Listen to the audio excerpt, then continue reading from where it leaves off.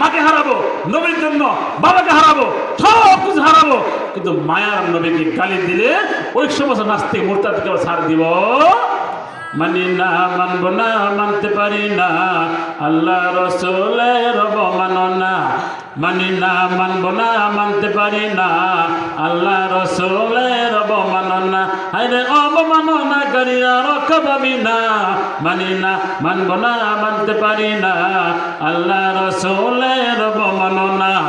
বাংলার বীর মুসলমান জেগে উঠেছে, লেজ গুটিয়ে নাস্তিকদের পালাতে হবে, নইলে আজ হবে তোদের প্রবঞ্চনা। মানি না, মানব না, মানতে পারি না, আল্লাহ রসুলের অবমাননা, মানি না, মানব না, মানতে পারি না, আল্লাহ রসুলের অবমাননা। ঠিক কিনা বলেন? নবীর অপমান সইবে না রে মুসলমান, নবীর পরে নবী নাই, সংসদে আইন চাই। ঠিক কিনা বলেন?